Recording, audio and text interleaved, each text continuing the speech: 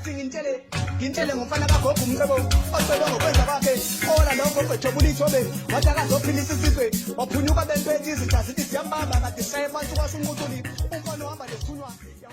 Ngaqamba amanga ngemvelaphi yengane namhlanje ikhala ubusuku nemina silali amazwe ngawakhuluma ayangivukela akusekho kwabuyisela emuva umama uthi angikhuluma iqiniso ngoba ingane ingafela nasemsamo ukuphalala kwegazi layo kungcole ezandleni zami kodwa mina ukuqamba kwamamanga namhlanje kuyangibulala ngaphakathi ngoba kubuhlungu ukubona ingane yami igula ngenxa yezinqumo zami engayithatha ngisematshwaleni ngoba manje ubaba wayo wamampela akasaphila akasekho emhlabeni noma ngathi ngiyayibuyisela ingane iqiniso lizongishaya futhi nayo idlozi lizongiduba ngeke ngisakwazi ukuthi ngikhululeke ngibe umuntu ophilayo ngoba ngaqamba amanga ngithi ngizama ukuyikhulula enhluphekweni ngifuna ingane yami ibe nobaba ozoyikhulisa impilo ibe lula kodwa manje kulungisa umonakalo sokuyangihlula nginibingelela babukele emakhaya igama lami uSiniwe Imbongi ngiyanamukela futhi khona la kumcebo mfana kaGogo YouTube channel uyazi ke mase ngiphethe inyanga ama testimony sokukhuluma izinto ezokubeka na ukuthi ube hlaps kodwa ke mkhulu ngicela babingelele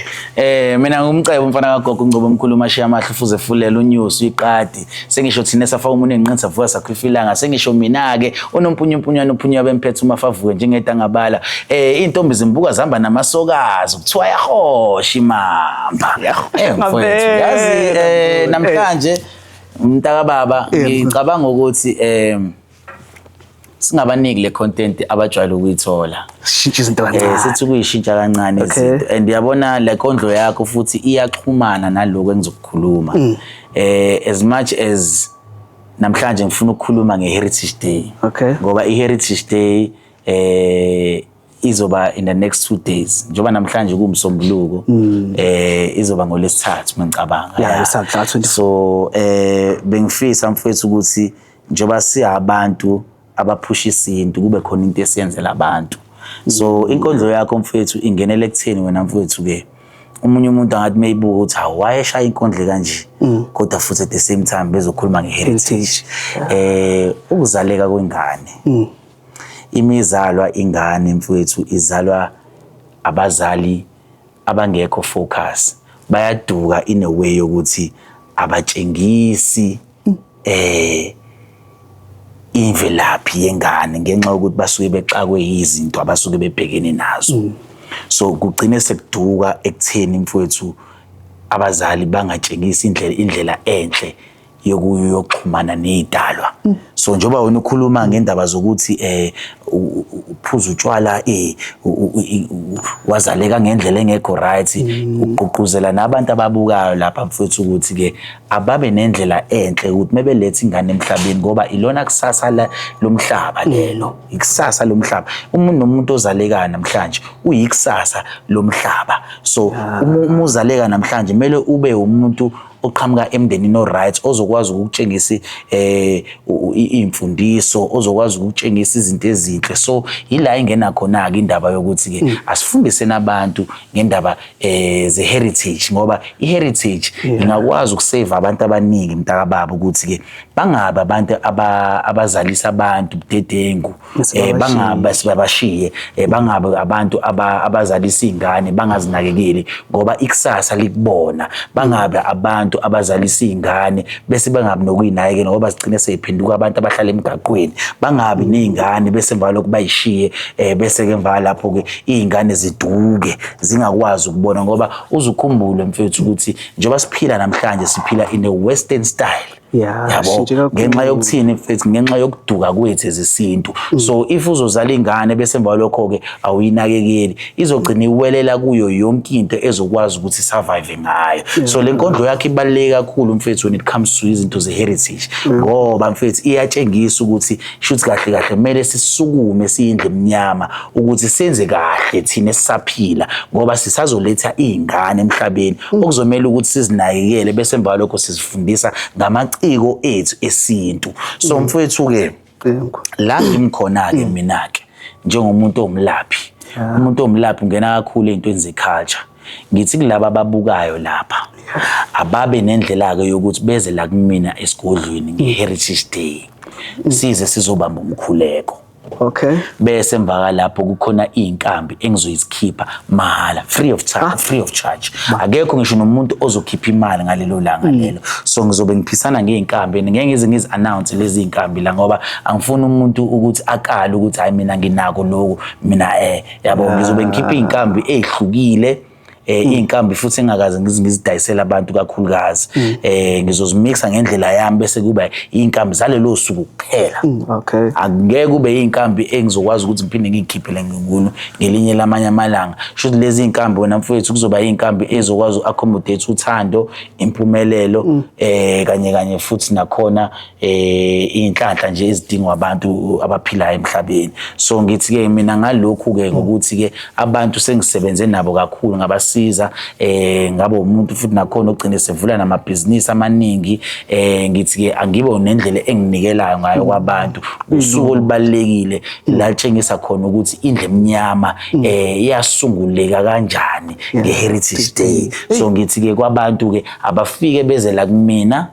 ngizobapha iwasho mahhala. Iza nje mkhulu. Akukho ozokhipha ke this time around. Akukho nakhona mhlambe ozobona ukuthi hayi cha mina ngiyasaba mhlambe inani. Cha, umuntu mefika la ekhaya khona inkambi abazoyithola mahhala abokhona amakhehla. Iloko nje kuphela ngingagcina ngokusho mfowethu singaze sinwebe ibe yinde. Ngaphambi nje ukuthi ivele sinwebe mkhulu. La kwi-Heritage Day thina iningi lethu asazi ukuthi usuku olasunguleka kanjani, like ukuthi umlando walo usuka kuphi. Siyafika nje siyalijabulela ukuthi hayi kunelanga lamasiko. Ngabe mhlawumbe lalisuka laqala kanjani ukuthi okay kuthiwe now umhla ka-24 September sizobungaza amasiko. Mfowethu ngenxa yokuthi laqanjwa leligama wathi iShaka's Day yabo. Ngiyacabanga ukuthi kwathathwa inkosi eyayivele imele wonke amakhosi. Kwase kubukwa ukuthi kuzomela kucelebrate leyo nkosi ngoba ukhumbule phela uShaka mfowethu akamelanga nje kuphela iSouth Africa, wamela iAfrica yonke. Kwabantu base Europe babeze la bazolwa belwa noShaka eSandlwane. Kwaba ukuthi uShaka ngaleso sikhathi wabanqoba. So the only way yokucelebrate leyo nkosi leyo kwaba so nokuba nosuku lokuthiwa yini iShaka's Day. So ekubeni noShaka's Day ngithanda into eyodwa ukuthi akubanga into efocusa ekutheni into yamaZulu kuphela, kwaba yinto efocusa kwindle emnyama yonkana yayizinto engishoyo. So lapho ke kwase kuthiwa ke ngeke celebrate uShaka kuphela, seso celebrate amaciko ayo yonke into ehlangene nesintu. Mengithi isintu mfowethu angikhulumi ngamaZulu, ngikhuluma ngendle emnyama amanguni wonke. So mina ngokuyibuka kwami nangokuyihlaziya ngibuka ngaleyo ndlela mntaka baba ukuthi amaZulu ayibeka induku ebandla. And then emva lokho ke inqubekela phambili kwabe sekuthiwa ke seso celebrate ke ukuthi ke thina ke ezike abantu ke aba divine, abantu abane culture, abanama cultures awu 9 la eSouth Africa. Mele celebrate le ndoda le eyasimela. So kwaba ukuthi ke thina ke njengoba abantu ke abangekho selfish ezamaZulu sase sithi ke into yaya wonke umuntu and akubanga nesinqumo sokuthi thina siyavuma, kwaba into nje eyakheka ukuthi sizo celebrate amanguni ngalosuku lelo ngoba ukhumbula ukuthi uShaka elwa eSandlwane, elwa namanye amakhosi efuna ukuthi amakhosi abangaphansi kwakhe. Wengalo ngoba egreedy, welwele ukuthi kube khona iunity, ukuthi kube khona inkosi eyodwa ekhiphe isinqumo ngaphansi kwenduna ezazikhona. So uShaka uyifuna ukuba inkosi yedwa bese kuba khona induna ke ngisho noma ngathiwa bokhona induna yamaXhosa kube khona induna yamalentuzana. Shuthi uShaka wahamba emhlabeni engakayiqedi into ayifisa ngoba phela umhlaba mude. Umhlaba mude kwakusamela alwe nabanye. Shuthi wagcineke esephelelwa amandla ingakafinyeleli lapho ke kwase kuphelela ekutheni ke amaZulu ewonkana azoba nenkosi eyodwa bese ke lawa amanye ke kuba yinduna sesiyabona manje khona nezinye inkosi ngoba ke thina sabantu ke abafisayo ukuthi ke as much as kuba khona induna ngathi ngaba khona umuntu omele induna so induna zasana zephenduka ziba yinkosi endaweni ethize so mfowethu ke engingakusho ningasho ukuthi umlando ngiwazi wonke kahle ngoba nami kusamele ngiwufunde but ngikhuluma yonke lento ngikhuluma under iperspective yoku-understanda ngokubuka izinto engizibonayo emhlabeni nangendlela ukuthi ke ngumlaphi wendabuko nangendlela okwenzeka ngayo khulu ngaphambi kokuthi sivale ne laba abazoza la esigodlweni kumkhuleko angabe mhlawumbe siyaphambuka masigqugquzela laba abanemvunulo ukuthi nje unemvunulo nje avela avunule nje kodwa ungeza kanjani ngesuku le-Heritage Day ungavunulanga ngoba phela ilona suku